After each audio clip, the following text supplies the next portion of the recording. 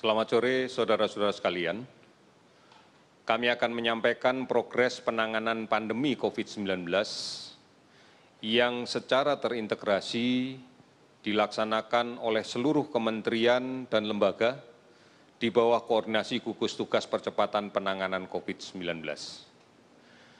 Yang pertama, pemerintah memiliki prioritas dalam mengatasi pandemi ini, yaitu prioritas di bidang kesehatan dan prioritas di bidang dampak yang dimunculkan di luar kesehatan.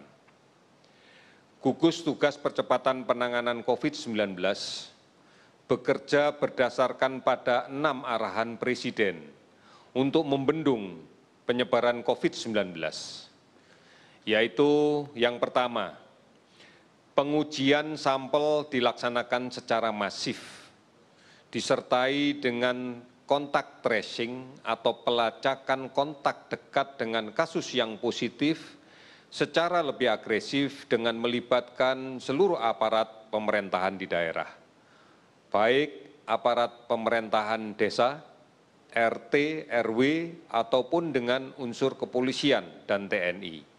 Ini tujuannya adalah untuk secara komprehensif kita bisa menemukan kontak tracing dan kemudian dilaksanakan screening terhadap kontak tracing tersebut, sehingga jika didapatkan kasus yang kemudian positif atau kasus yang kita duga memiliki gejala ke arah positif, bisa kita tindak lanjuti dengan isolasi yang ketat.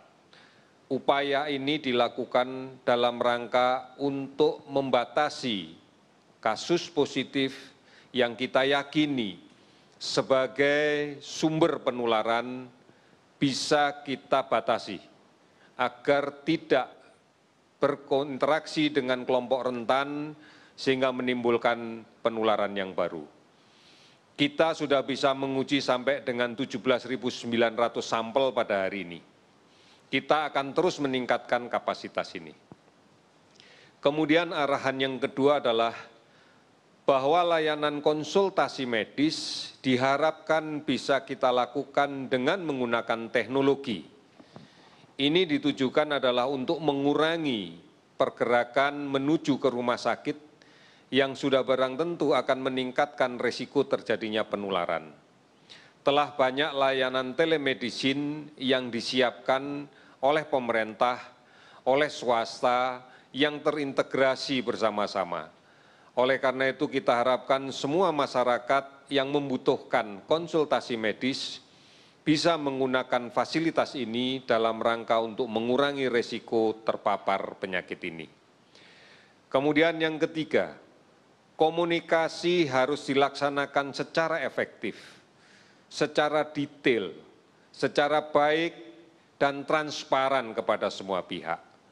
Kita berharap bahwa masyarakat memahami betul pada tataran sampai dengan operasionalnya dari arahan-arahan, dari pedoman-pedoman, dari petunjuk-petunjuk yang dibuat oleh pemerintah. Oleh karena itu, kita harus meyakini bahwa komunikasi yang kita sampaikan kepada masyarakat bisa dipahami dan bisa dilaksanakan dengan baik. Kemudian yang keempat, sudah barang tentu disiplin yang kuat untuk menghadapi pandemi ini harus muncul pada masyarakat. Penegakan hukum akan dilaksanakan dengan bantuan aparat negara. Ini tujuan kita agar pedoman-pedoman, agar instruksi dan arahan yang sudah kita buat bisa dilaksanakan dengan disiplin. Hanya ini modal utama kita untuk memutus rantai penularan. Kemudian yang kelima, semua pihak diminta untuk memberikan jaminan atas kelancaran arus logistik. Ini menjadi penting karena bagaimanapun juga pada kebutuhan logistik yang harus disebar mulai dari pusat sampai daerah dan dari gudang-gudang logistik sampai ke daerah harus tetap berjalan dengan lancar, tetap berjalan dengan baik. Oleh karena itu semua pihak harus memberikan jaminan ini. Kemudian yang terakhir, kebijakan stimulus ekonomi yang telah dirumuskan oleh pemerintah harus betul-betul tepat sasaran. Kebijakan stimulus ekonomi harus betul-betul tetap sasaran dan berfokus pada pemutusan rantai penularan COVID-19. Saudara-saudara, kami berterima kasih atas kesabaran dan kemauan bekerja sama, karena kesabaran dan gotong royong kita saat ini sedang diuji. Mari kita siapkan stamina sosial kita dalam menghadapi ujian yang tidak ringan ini. Oleh karena itu, sudah pada saatnya tenggang rasa, gotong royong, dan saling melindungi yang merupakan jati diri bangsa Indonesia, saat inilah kita tunjukkan. Saat inilah kita buktikan. Saudara-saudara, tantangan risiko kesehatan dan dampaknya dalam kehidupan sosial ekonomi sudah cukup berat. Oleh karena itu, mari pastikan kita tidak perlu lagi menambah beban psikologis kita atas berita-berita dan informasi yang tidak benar, atas berita dan informasi yang tidak bisa dipertanggungjawabkan terkait dengan COVID-19. Kementerian Komunikasi dan Informasi terus-menerus melakukan pendeteksian terhadap sebaran-sebaran berita yang tidak bisa dipertanggungjawabkan yang berada di internet. Sudah ribuan sebaran hoax yang muncul di jejaring internet kita. Penegak hukum dalam hal ini Polri tengah menangani permasalahan ini dan terus akan melakukan penindakan terkait dengan sebaran berita yang justru hanya menimbulkan kepanikan, ketakutan, dan ketidaktenangan pada masyarakat. Oleh karena itu, mari bersama-sama kita tetap untuk berada dalam jalur informasi yang benar, jalur informasi yang bisa dipertanggungjawabkan, jalur informasi yang resmi diberikan oleh pemerintah dan diberikan oleh para ahli. Banyak online yang bisa kita akses, banyak informasi yang bisa kita akses, baik di covid19.go.id, hotline 119, WhatsApp COVID-19, Halo Kemkes di 15567, serta banyak sekali layanan aplikasi online dan layanan-layanan telemedicine yang lainnya. Secara rutin siaran TVRI dan RRI yang juga disebarluaskan oleh televisi dan radio swasta lainnya memberikan informasi tentang COVID-19 ini. Inilah yang harus kita jadikan pegangan, inilah yang harus kita jadikan pedoman di dalam kaitan untuk mendapatkan informasi dengan baik. Terakhir, data kinerja kita terkait dengan pendataan kasus COVID per tanggal 17 April pukul 12.00 WIB.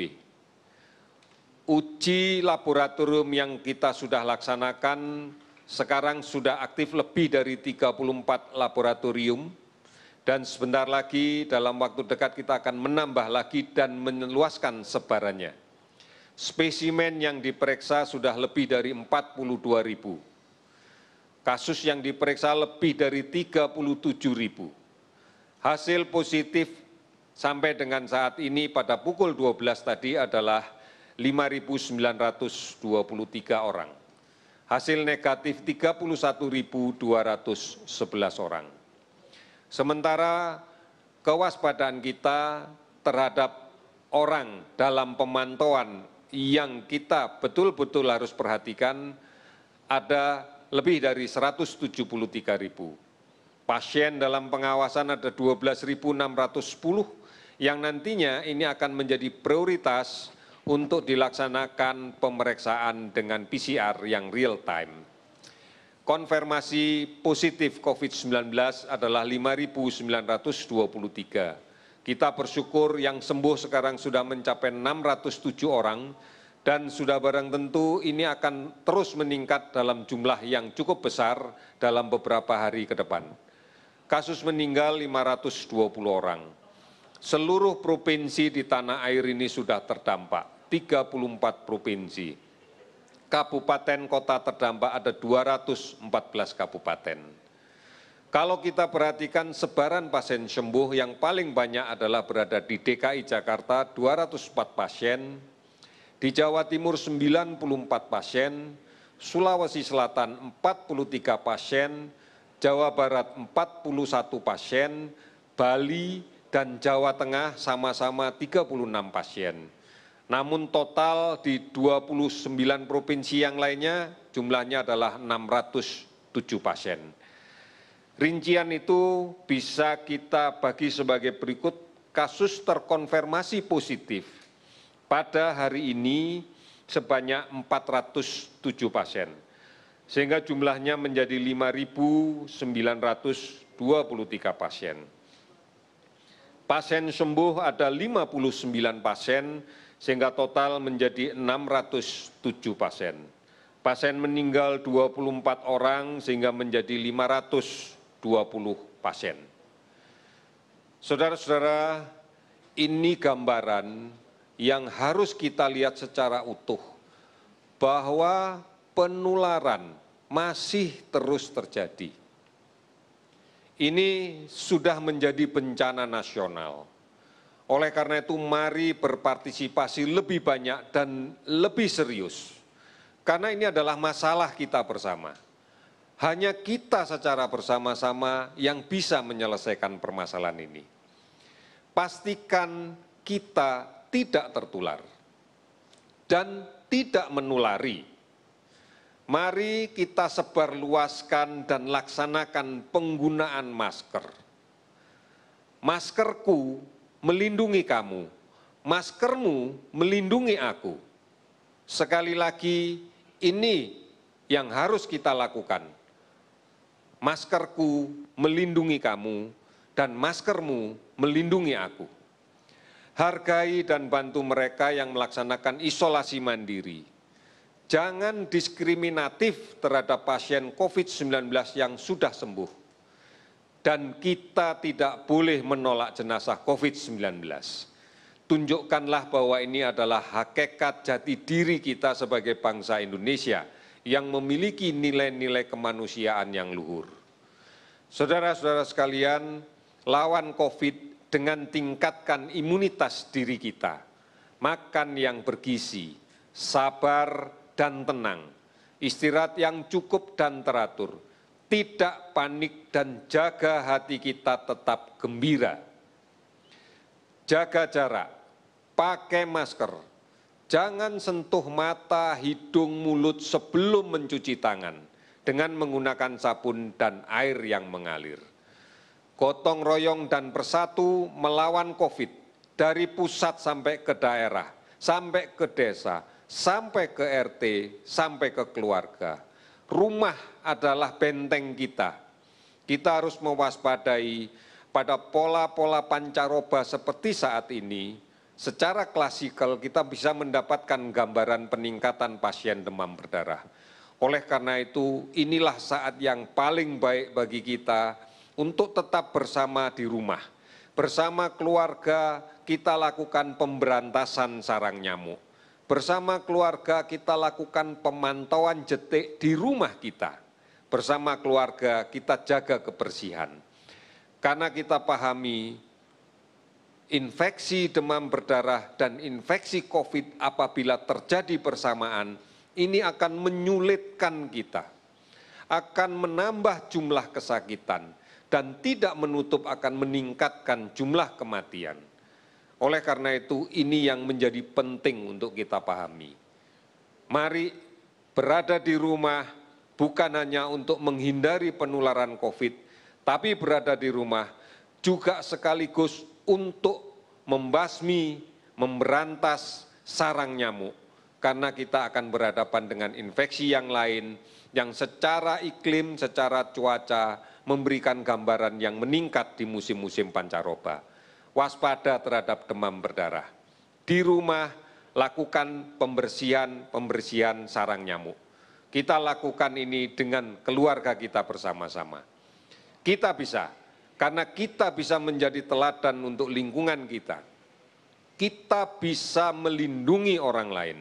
kita bisa menjadi pahlawan untuk tetangga-tetangga kita. Oleh karena itu, yakinlah seyakin-yakinnya bahwa Allah akan meridhoi upaya kita. Kita pasti bisa.